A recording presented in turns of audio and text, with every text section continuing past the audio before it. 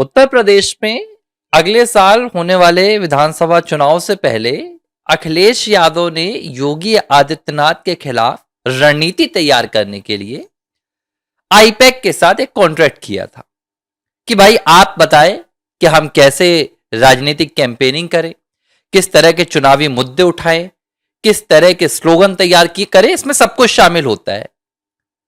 और बकायदा उन सीटों का ब्यौरा भी अखिलेश यादव ने आईपैक को दिया जहां उन्हें पिछली बार बेहद मामूली अंतर से हार का सामना करना पड़ा था। बहुत ज्यादा वोटों का फासला नहीं था।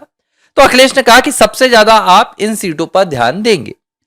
आईपैक ने काम भी शुरू कर दिया था, एनालिसिस चालू हो गया था। लेकिन तभी पश्चिम बंगाल के विधानसभा चुनाव आ गए। अब पश्चिम बंगाल में भी टीएमसी ने आईपैक के साथ कॉन्ट्रैक्ट किया था। याद होगा आपको, ममता बनर्जी जब ईडी की रेड पड़ी थी आईपैक के डायरेक्टर प्रतीक जैन के दफ्तर पर, तो ममता बनर्जी खुद कोलकाता के पुलिस कमिश्नर को लेकर सीधे दफ्तर पर पहुंच गई और ममता बनर्जी ने ईडी से तमाम फाइल अपने हाथों में ले ली, लूट कर ली फाइल की। यह मामला सुप्रीम कोर्ट तक गया और ममता बनर्जी ने कहा कि भारतीय जनता पार्टी ईडी के जरिए आईपैक से हमारे सीक्रेट डॉक्यूमेंट्स लेना चाहती है। तो इससे साफ था कि ममता बनर्जी पूरी तरह से आईपैक पर निर्भर थी। आईपैक ने पिछली बार भी काम किया था, तब आईपैक के सर्वे सर्वा प्रशांत किशोर हुआ करते थे। हालांकि बाद में जब बंगाल चुनाव में प्रशांत किशोर अपना खाता भी नहीं खोल पाए तो लोगों ने उन पर भरोसा वैसे भी कम कर दिया। लेकिन अब क्या हुआ है, अब दो चीजें सामने आई हैं।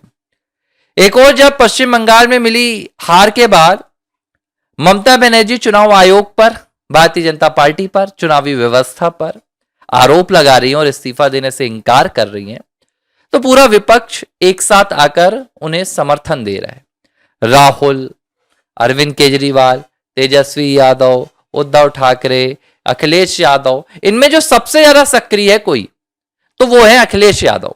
अखिलेश ने तो उसी दिन फोन किया, मतलब बीते दिन, कि मैं अभी आ जाऊं दीदी, तो ममता ने कहा नहीं, अभी इतने ज्यादा आतुर मत हो, आराम से आना।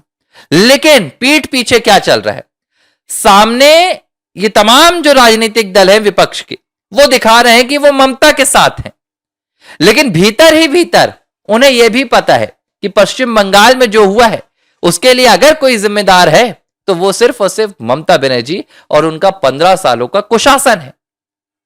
अगर ऐसा नहीं होता तो भला अखिलेश यादव को अचानक आईपैक के साथ अपनी की गई डील, अपना किया गया कॉन्ट्रैक्ट कैंसिल करने की क्या जरूरत पड़ती। यही खबर है। पश्चिम बंगाल में मिली हार के बाद अखिलेश यादव ने उत्तर प्रदेश विधानसभा चुनावों के लिए जो आईपैक के साथ डील की थी, जो समझौता किया था, उसे रद्द कर दिया। और ये सब कुछ ये देखने के बाद फैसला हुआ कि भाई पश्चिम बंगाल में आईपैक ने क्या हालात कर दिए। और देखिए, मेरा मानना है चाहे वो आईपैक हो या कोई दूसरा पैक हो, 2014 में तो कहा जाता है कि आईपैक ने प्रधानमंत्री नरेंद्र मोदी के लिए भी कैंपेनिंग की थी, यानी कि उन्होंने रणनीति बनाई थी और इसी रणनीति को लेकर प्रशांत किशोर डींगे हाँकते रहते हैं। भाई देखो, एक संस्था है, एक कंपनी है ये आईपैक, ठीक है। अब कंपनी क्या करती है, ऑर्गेनाइज करती है। भाजपा को अब यहां पर चाहिए कि भाई हमें किस तरह के मंच चाहिए, कंपनी को दे दिया काम। कंपनी ने बोला आपको भगवा लहरा दो, एक झंडा यहां पर ये लगा दो, मोदी की 2 फोटो लगा दो, पीछे अमित शाह की लगा दो। ये एक ऑर्गेनाइज हो गया। वहां पर किस तरह के कैंपेन चल रहे हैं ये कंपनी से नहीं पूछा जाता कि कौन से मुद्दे उठाने हैं। ये कंपनी तय नहीं करती कि प्रधानमंत्री नरेंद्र मोदी आज क्या बोलेंगे। लेकिन प्रशांत किशोर को लगने लगा था कि वही चुनाव जिताते हैं। लेकिन धीरे धीरे अब ये हालात हो गए कि प्रशांत किशोर भी चले गए हैं आईपैक से, लेकिन आईपैक को अब लोग छोड़ने लगे हैं। और उसकी शुरुआत उत्तर प्रदेश में अखिलेश यादव ने कर दी है। ममता के पास तो अब कुछ बचा नहीं। लेकिन इससे एक चीज यह समझ में आई कि सब झूठे हैं। ममता को अखिलेश यादव ये दिखा रहे हैं कि मैं आपकी बात से सहमत हूं और आपका समर्थन कर रहा हूं, लेकिन अंदर ही अंदर अखिलेश ये भी मान रहे हैं कि ममता की राजनीतिक रणनीति इस हार की सबसे बड़ी वजह है। ममता अगर ये चुनाव हारी है तो अपनी राजनीतिक गलती की वजह से हारी है, ना कि किसी चुनाव आयोग की वजह से। और अगर ऐसा नहीं है तो सवाल ये उठता है कि अखिलेश यादव उस कंपनी का क्यों अनुबंध रद्द कर रहे हैं, क्यों कॉन्ट्रैक्ट रद्द कर रहे हैं। इसका दूसरा कोई जवाब नहीं है। और यही राजनीति भी है, यही रणनीति भी है। देखो अखिलेश यादव अपने लिए आधार भी धीरे धीरे बना रहे हैं। अखिलेश को भी पता है, भले 2024 के लोकसभा चुनाव में झूठ की राजनीति करके उन्होंने उत्तर प्रदेश में लोकसभा सीटें हासिल कर ली, लेकिन 2024 में माफ कीजिएगा 2027 में विधानसभा चुनावों में अखिलेश यादव को कहीं ना कहीं अपनी हार अभी से नजर आने लगी है।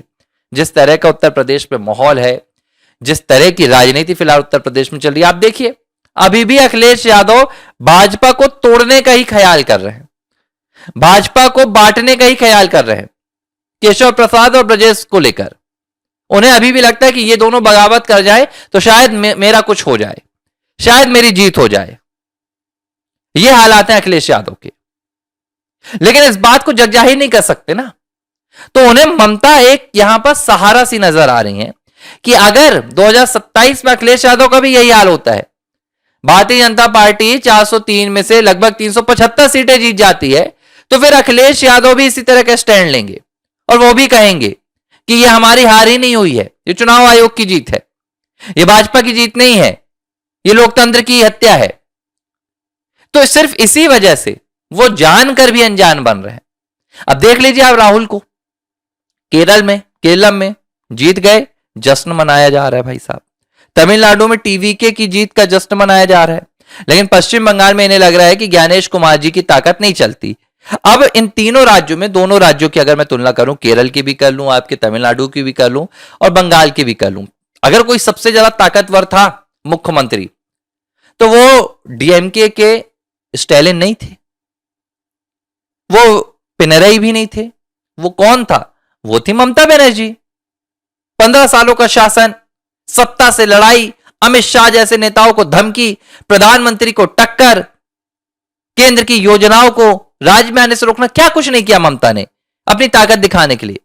तो अगर चुनाव आयोग कहीं पर अगर ताकत दिखाना चाहता, जैसे कि इनकी बातों को मान भी लिया जाए, तो शायद वो केरल में दिखाता, शायद वो तमिलनाडु में दिखाता, बंगाल में तो ताकत नहीं दिखा पाता ममता के चलते। लेकिन इन दो राज्यों के परिणाम इनके पक्ष में गए तो वहां सब कुछ ठीक, बंगाल इनके पक्ष में नहीं गया, असम इनके पक्ष में नहीं गया, तो वहां पर वोट चोरी। लेकिन खैर इन बातों का जनता पर कोई असर नहीं हो रहा है।